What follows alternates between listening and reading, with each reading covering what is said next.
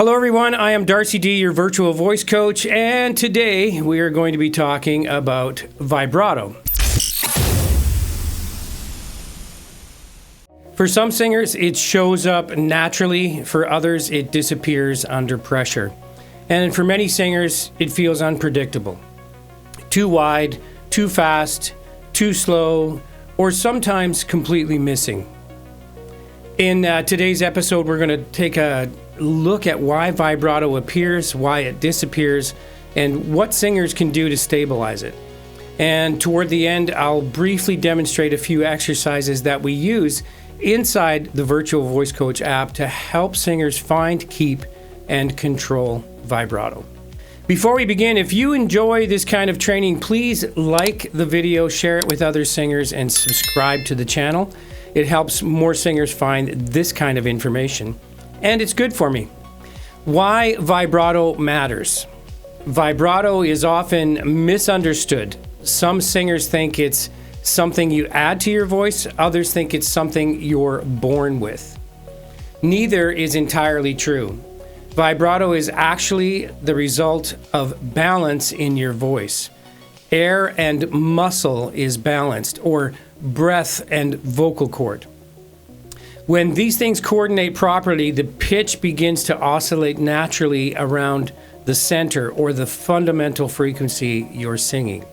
That oscillation in pitch is vibrato. What vibrato actually is a rapid, regular fluctuation in pitch around that target note. The pitch moves slightly above and below the center pitch. Typically about 3.5 to 6.5 oscillations per second, within a quarter step on either side of the note. So 3.5 to 6.5 oscillations is equivalent to 3.5 to 6.5 hertz. Hertz is that measurement of oscillation. Now, let's make sense out of vibrato. I don't mean S-E-N-S-E, sense. I mean S-E-N-T-S. Sense is a measure of very small pitch differences. One octave, say middle C to high C, is about 1,200 cents. So middle C oscillates at 261.63 times per second, and C sharp is about 277. So the difference in between those notes, there's a measurement of 100 cents. So we can fluctuate the pitch in very small increments. The semitone half step on the piano is that 100 cents. This system lets us measure tiny pitch changes more precisely than simply saying sharp or flat. Vibrato is a rapid oscillation around that target pitch. So typical vibrato moves about 20 to 50 cents above and below the note you're singing. Healthy vibrato remains balanced around the pitch center, so the ear still hears the note as stable and in tune. But the key thing to understand in this, the ear still perceives a stable pitch center. So even though the pitch is moving or oscillating, the note sounds stable. That stability is the sign of healthy coordination. When vibrato changes, it's telling us something about the voice. For example, if the vibrato is too fast, there is often excess tension. If vibrato becomes too wide, there may be too much airflow. If vibrato disappears, singers are often holding the pitch too rigidly. Straight tone. So I like to use vibrato as a diagnostic tool as well, because it can tell us how balanced the system is, meaning all the concentrations of the singer, how balanced those coordinations are. So sometimes we get stuck in what we call the straight tone trap. A lot of singers today train themselves to sing with straight tone. No fluctuation or wavering in that pitch. This happens a lot in pop and in worship music, and there are times and places where this is appropriate. When you're singing in a choir, if everyone is using vibrato, all the vibrato is going to be at different rates of oscillation, and it's going to it's going to sound sometimes out of tune. But when the choir all holds straight tones, that forms a chorus of all these singers, which starts to fluctuate in itself, and it can sound very good and thick, and it works that way. So straight tone does have a purpose. But if you hold the pitch too rigidly for too long, the voice stops releasing naturally. Then vibrato only appears when the singer becomes tired. So just from holding that straight tone for so long, the intrinsic muscles of the vocal cords will fatigue and then eventually maybe go into vibrato or just stop. That's tension leaving. And those are two very different things. When vibrato is missing, sometimes vibrato simply hasn't developed yet. And when that happens, singers may need mechanical coordination exercises. Not as a permanent solution, but as a bridge. Exercises that introduce oscillation to the system, so the voice can learn how to release naturally. I'm going to show you a few exercises and demonstrate a few things. So one of the things I do, and sometimes when singers are having a challenge developing other coordinations, breath flow, vocal cord closure, laryngeal tilt, or just the shape of the vowels, when these concentrations get out of balance, sometimes what I do is I force them to look for vibrato. Because if we have vibrato, then we have the badge of maturity in the voice, and that means airflow and vocal cord closure are balanced. And then we get that wavering oscillation in pitch, which helps the voice relax and do other things that we're asking it to do. So what I'll do is, and these usually all begin, so this is my transition because I'm a tenor. If you're an alto, this is your transition. I like to start at the top of chest voice or at the bottom of the transition. And I'll do what's a five-tone descending scale, and I'll say the word hoo, H-O-O. And we start each note with an H, and we start each note with that breath flow that causes the H. And then on the very last note, we sustain and hold that vowel position. Let the breath feed and eventually run out. Vibrato should begin to appear. So it's not forced. We just let it happen. So I'll demonstrate a few.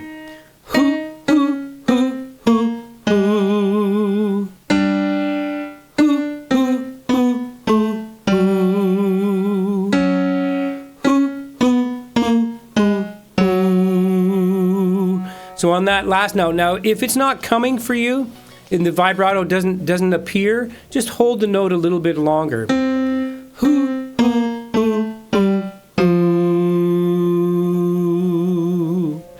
On the final note, you simply stay on the pitch and reduce that effort. Very often, vibrato begins when the singer stops controlling the pitch so tightly. So that's a really good exercise. And you take it as low as you can go, and then you come back up to the bottom of your mixer, top of chest voice, and repeat. Right? Once vibrato appears, you just need to stabilize it. So along the same lines as with the who, we could say any vowel. Now you're going to want to be able to use this on all 10 of your vowels. 10 vowels in the English language. So you could choose Now, sometimes I like to do an extra sort of manual oscillation.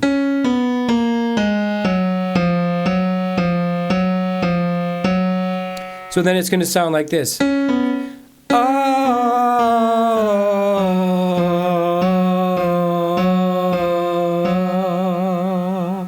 And what that manual fluctuation in pitch does is it sort of primes the pump, so when we hold the last note, maybe a natural vibrato will appear.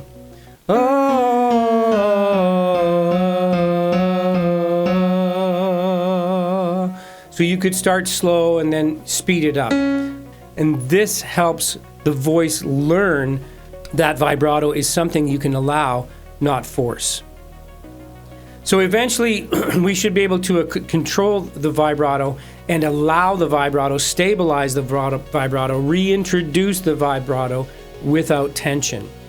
And another exercise I like to use is a descending octave. And we're gonna see, once we start to find vibrato, we're gonna try to activate vibrato and then deactivate vibrato. Activate vibrato, deactivate vibrato. So vibrato, straight tone, vibrato, straight tone. First note would be vibrato. Ah. Second note, the 5, would be straight tone. Ah.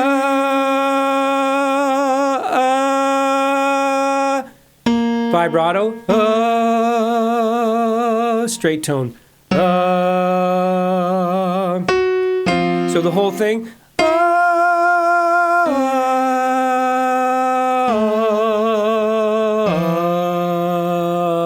It can be difficult.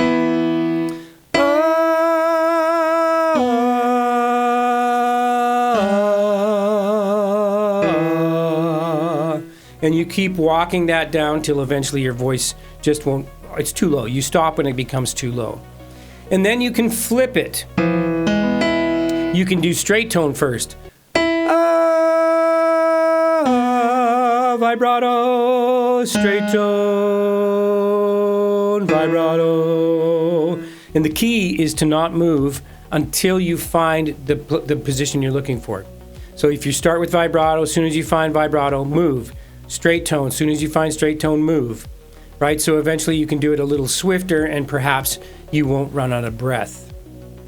So we want this to happen without tension, without wobble, without pushing or forcing the breath, because that's when vibrato becomes reliable, when we can do it this way. So there's several exercises that you can do. I've created a full vibrato training module, which includes exercises for finding vibrato, conditioning vibrato, controlling vibrato, understanding the mechanics of it. Each exercise is separated so singers can easily navigate their training and based on what their voice needs. And I've tried to organize it so that we'll do simple exercises first and then gradually get more complicated and ask you to provide more coordination. So if your vibrato is missing, too wide, too fast, unstable, or unpredictable, there is a process to correct it. You can find all of that in the app. It's pretty simply complicated. Vibrato is a great tool for adding emotional value at the end of a line, like in a ballad. You can think emotionally to drive it. So you could sing something sad. Oh, and the vibrato reflects that sadness. You could sing something perky, happy. Oh, and the vibrato is going to be reflected in that emotional value.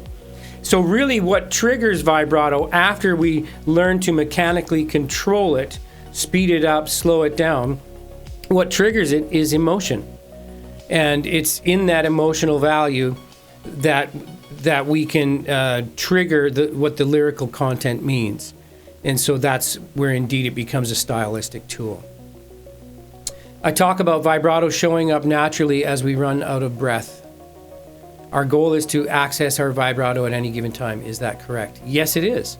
So, and that's the idea. Now, if you imagine that your vocal tract is a culvert, and especially in the way the vowel is shaped, it's a size and shape. Now, in a culvert, that culvert doesn't change shape. The water in this case would run through the culvert. When the water recedes, the water level goes down.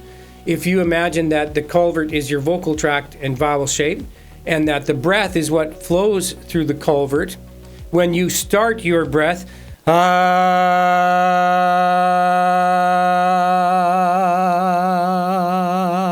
I do not change the shape of the vowel. I try to maintain that vowel shape as strictly as possible. And then when I start to run out of breath, vibrato is now coming into play. So it's almost like the vocal cords are trying to protect themselves so that they don't slam together, and we get that oscillation in pitch. That is what's physically what's happening. We're getting because we don't have that breath flow anymore, the resistance causes the vocal cords to oscillate because the resistance is waning.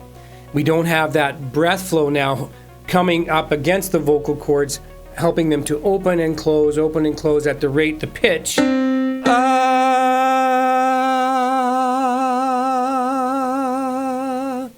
So that allows us to then learn to stylize that. So what I can do is once I find vibrato, like learning to whistle, once I've found it, I can access it sooner rather than having to wait for the breath flow to run out.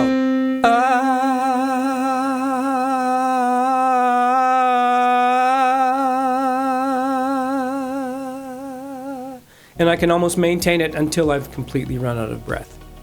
Right, so now faster pitch vibrato can be tension-based, it can be tempo-based, so the tension of your vocal cord system and the tempo at which you're singing is going to influence that. Now, also, vibrato shouldn't make you flip. Will vibrato make you flip? It shouldn't, because if that balance is there, then you won't flip. If the larynx and the vocal cord closure and the breath flow are balanced,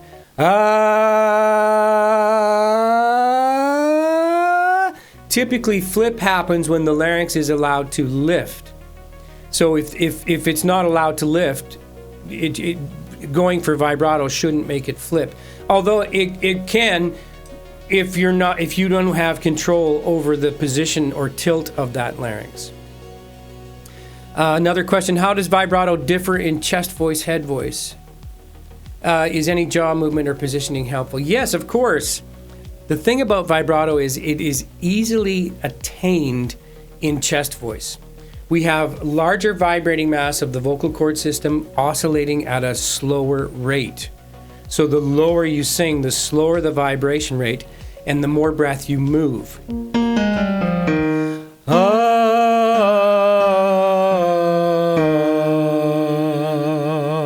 It's easier to find. If I come up,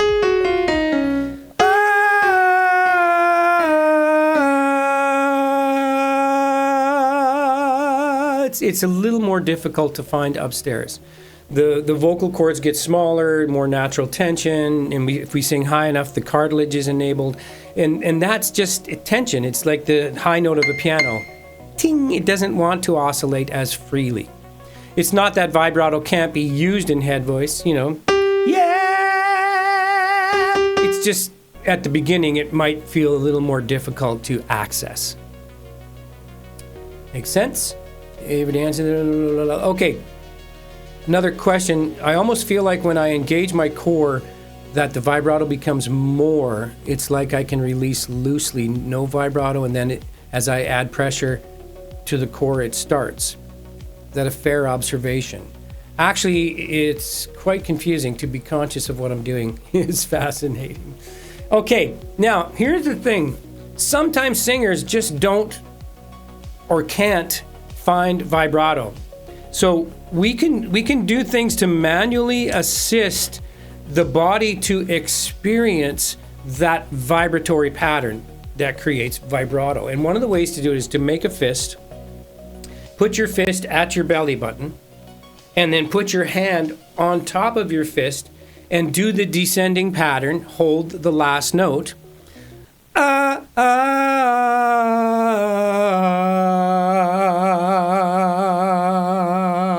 And then you push with your hand, your fist against your belly button to oscillate, and that encourages the diaphragm to up air to give that false vibrato, if you will. You can do this and change the pattern.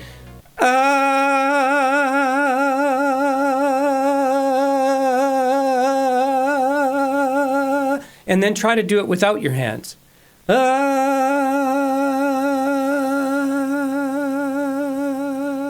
It should happen a little bit easier. So your core typically shouldn't you shouldn't feel the core assisting with vibrato. It should be quite relaxed because vibrato is happening here. vibrato isn't really that manual pulse or physical pulse. It's not created that way. It's a byproduct of balanced singing, right? So accurate pitch is a byproduct of balanced singing. Vocal cord closure, natural vocal cord closure, is a byproduct. So breath and vocal cord working together to create a balanced sound will set us up more for natural vibrato than if we have to activate it with the core. It's gonna probably be a little strained. And some singers have fast, tense vibratos. So everyone has their own, and some people have slower, almost wobble type. Fly me to the moon. And so everyone has a different take on it. The truth is, we should be looking for a nice, I don't want to say tight, but not too far off the fundamental frequency. So if it's 263 here at middle C, a few cents above and below. Now, there's also, and I talk about this more in detail in the app, there's sharp leaning vibrato and flat leaning vibrato. So if this is the fundamental frequency and vibrato has to oscillate slightly above and slightly below that frequency, it should be balanced, a few cents above, a few cents below. If it leans a little bit higher in that oscillating pattern to sharp and then down, that's going to be sharp leaning. So it might sound like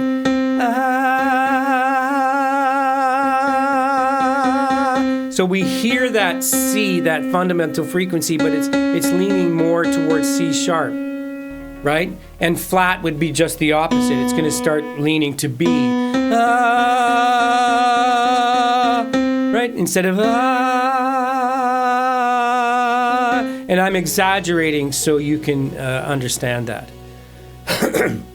So that's why finding vibrato can be very good for singers finding pitch, because we can't find vibrato till we're balanced and relaxed. And once we're balanced and relaxed, maybe we can be more accurate on the pitch. And if we have to use straight tone, it might start to drag. Whereas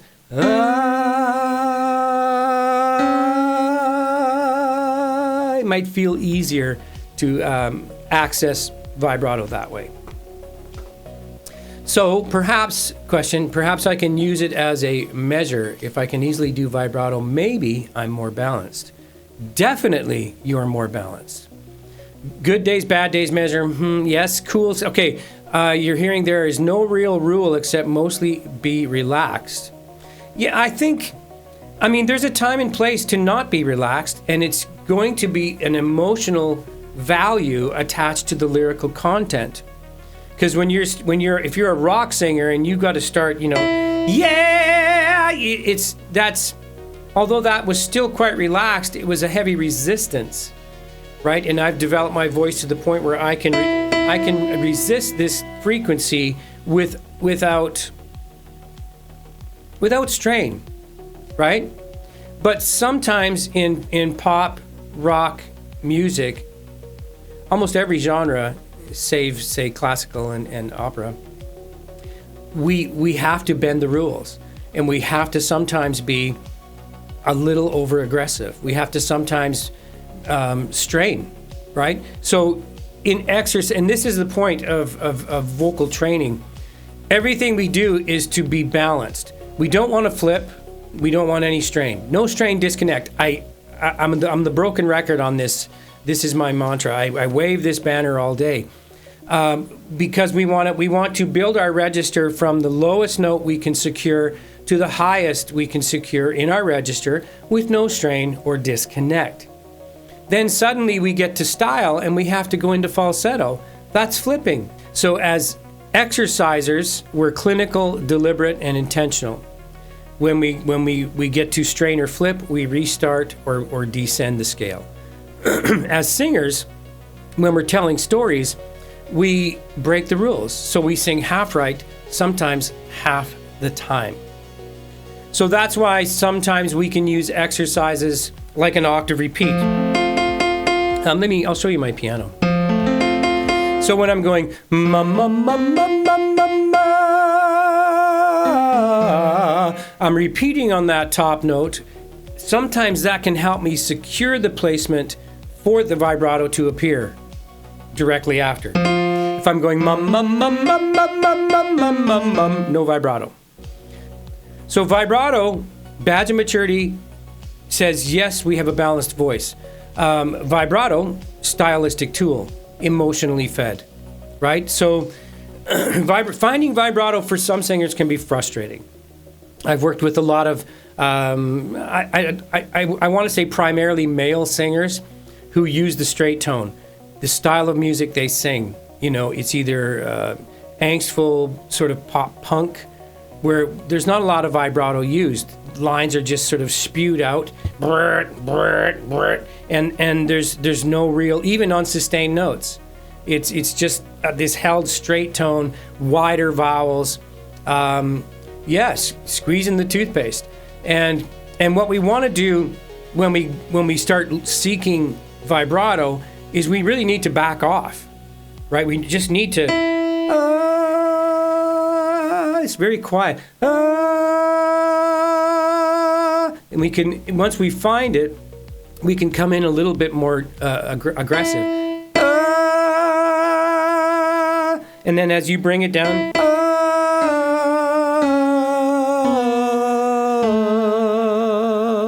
and there is an exercise where we do the 5-tone. We'll sustain the first note and then bring down 4, 3, 2, 1. So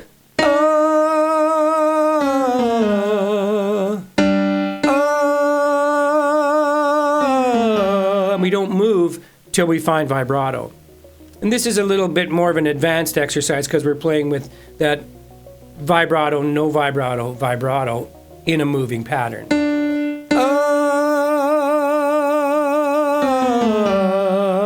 And then you can do 5, 4, 3, 2, 1. So it's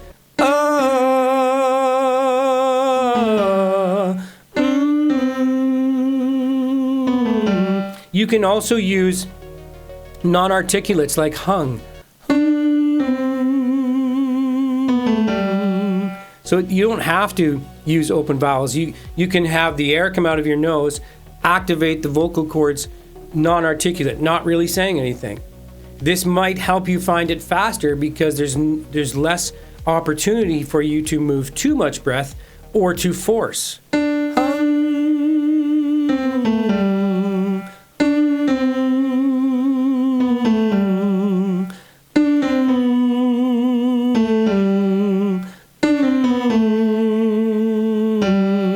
Right? That makes sense? So there's so many different things you can do, and one exercise may work better for you than another. One exercise in a certain part of your register is going to work better for you than somewhere else in your register. This is all part of understanding your voice. So the thing you have to remember is when you start doing this, you have to know first and foremost where your transition is. Tenors and altos, right? Tenors and altos, baritones, and basses, and sopranos, right? So everyone has a place where their voice is transitioning from chest voice to head voice. If you have a challenge finding vibrato, stay in your lower register. Top of chest voice, bottom of transition, down. Descending patterns are usually more effective at first. Then once you start to find the vibrato, start to work it on longer scales and throughout your register. You should be able to put vibrato anywhere you need it emotionally. Good tool. All right, so if this webinar helped you understand vibrato a little bit better, please like, share, and another singer somewhere on the internet will find this. Much appreciated. And when you're ready to go deeper, I'll see you inside the app so you can sing for yourself.